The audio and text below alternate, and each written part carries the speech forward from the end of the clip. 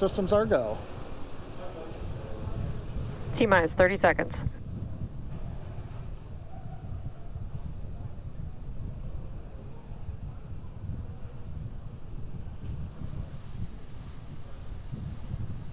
Stage 1 tanks pressing for flight. T-minus 15 seconds.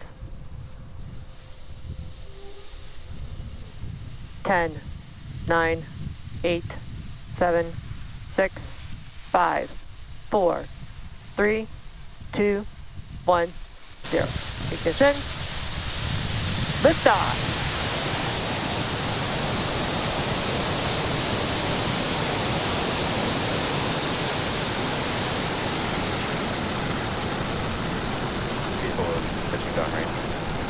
M1D propulsion is nominal.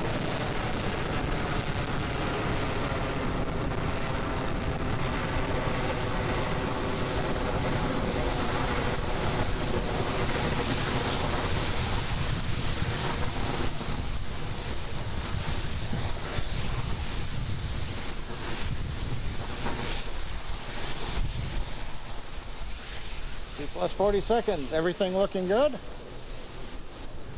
That's the call out. Says M1D engines are throttling down, getting ready to reduce vehicle acceleration in preparation for the period of maximum dynamic pressure. We're in the bottom of the throttle bucket, as they call it. Now the Merlin engines coming back up to full power as we get ready to go supersonic. Vehicle is supersonic. Supersonic, we're coming through the period of maximum dynamic pressure. Vehicle has reached maximum aerodynamic pressure. Guidance engineer confirms we're through the period of greatest pressure on the vehicle. Continuing downrange, trajectory looks good. Propulsion looks good. Avionics looks good.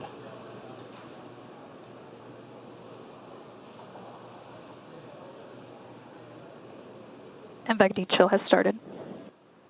That announcement from stage 2 propulsion. We are now beginning to chill in the turbo pump on the upper stage engine to get ready for its ignition coming up in about 45 seconds. Nice view from the SpaceX cameras at Cape Canaveral as we head east out of Space Launch Complex 40 into the first of 2 orbits planned for today. This orbit is the parking orbit, a low Earth orbit trajectory that will take us over the equator and will eventually relight the upper stage engine to transfer us into the desired geostationary transfer orbit. Now main engine cutoff, or MECO, coming up in several seconds, followed by pneumatic separation. The first stage pushes away from the second stage, and then ignition of the second stage engine.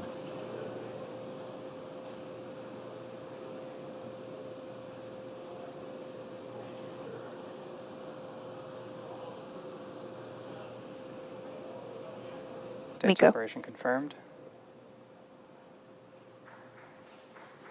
MECO on time. Stage sep looks good.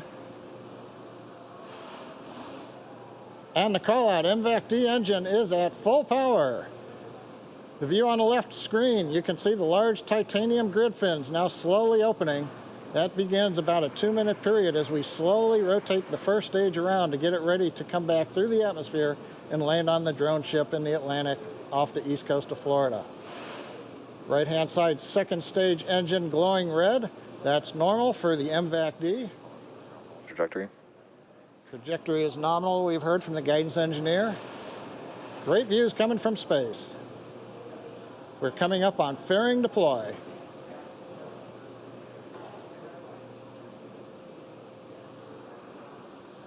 Fairing separation confirmed. And we've heard the call out from the avionics engineer.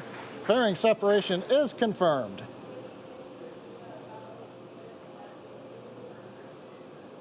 I think you can see in the background behind the MVAC-D nozzle, one half of the fairing way in the distance as it went past the camera. So right now we're coming up 4 minutes into flight. Trajectory is looking excellent. We're right down the middle of the road.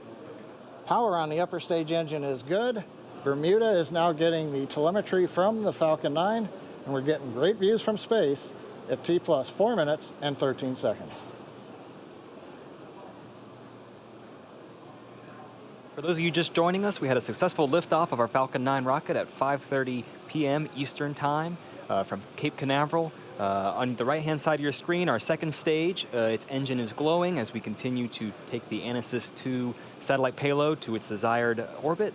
On the left-hand side, our first stage. We're beginning our recovery attempt on our drone ship out in the Atlantic Ocean. The next milestones coming up include that first stage's entry burn, followed by the second stage engine cutoff, known as SECO-1, the first stage landing burn, and then that hopeful landing. The entry burn will occur at about 6.5 minutes after liftoff. And what you don't see pictured here are those two fairing halves. They've been jettisoned, and it will take some time for them to get down to sea level.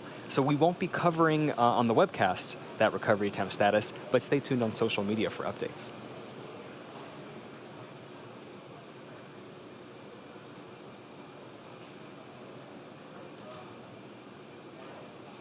You see some pretty clear pictures of Earth there. The first stage has reached apogee. It's beginning to head down there. We're only going to be firing 3 of our Merlin engines during this entry burn in order to slow the vehicle down before it gets to the thicker parts of Earth's atmosphere. It'll slow the vehicle by about 25%. When we perform stage separation, that first stage was traveling about 2.5 kilometers per second. So we have a lot of velocity to reduce. And we're just under 30 seconds from that entry burn beginning. It's going to last about 24 seconds.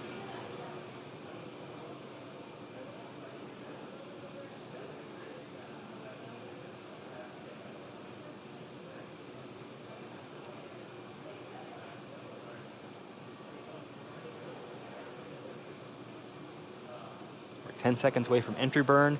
Hopefully we'll be able to hear that call out and have visual confirmation that burn's begun.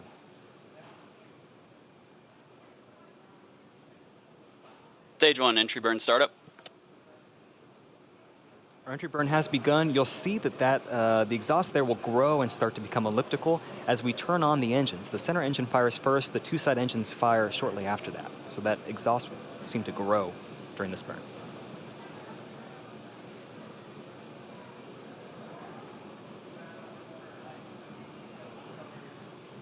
Stage 1, entry burn shutdown. All right, 1 burn down, 1 to go. That's the landing burn. It'll occur in about 1 minute from now, along with the next milestone, the second stage engine cutoff, or SECO-1. That'll be at T plus 8 minutes, 7 seconds. During SECO-1, we shut down the second stage MVAC engine on the right-hand side of the screen. Also signal first stage, Cape Canaveral, expected. In about 25 seconds after SECO-1, Falcon 9 will touch down, hopefully, on our drone ship. Just read the instructions. Currently, it's in the Atlantic, about 350 nautical miles off the coast of Florida. Start of terminal guidance.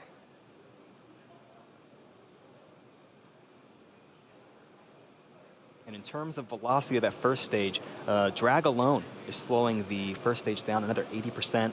That landing burn will take us back to get that last 20%, touch us down safely.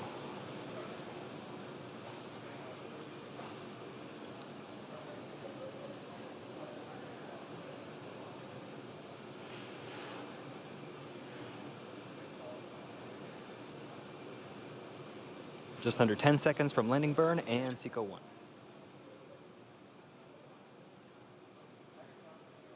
SECO. Stage 1, landing burn startup. We have confirmation of both landing burn and SECO-1. We're waiting confirmation of a good orbital insertion for that ANASIS-II satellite.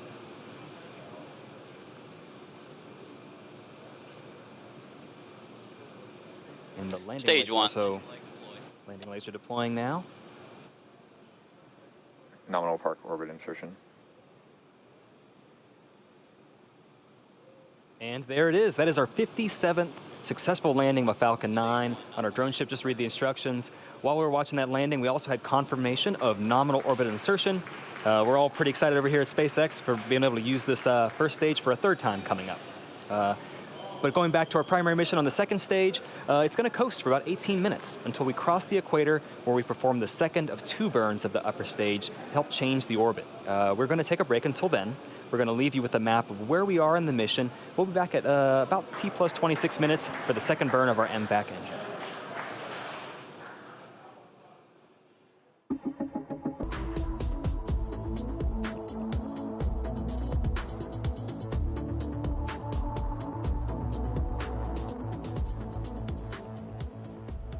T plus 32 minutes. It's been a great mission so far. Falcon 9 lifted off. We had a 30-minute weather delay because we had a little bit of a shower band go by the trajectory. But when we launched, had great skies. We had great views from first stage and second stage. Saw the first stage land on the drone ship. We've done the 2 burns of the upper stage engine. Both of them were nominal. But right now we're getting ready for the big event, which is spacecraft separation. And as a reminder, we won't see payload deploy today per the customer's request. So we're going to listen in for the avionics engineer to call it. Payload separation confirmed. And there it is. Avionics engineer calls. Payload separation has deployed, confirming that via telemetry. And so 32 minutes, 49 seconds into flight. That's the camper. We've done the primary mission. We've brought the first stage back to the drone ship. It's been a great day. Took a little while getting here, but well worth it with a totally successful mission today. And with Also that signal successful above payload separation, that will end our coverage for today. We want to say thank you to Lockheed Martin and the Republic of Korea for entrusting us with today's flight. Also, a special thanks goes out to the 45th Space Wing for range support and to the Federal Aviation Administration for licensing support. And of course, thank you for watching. Have a good night.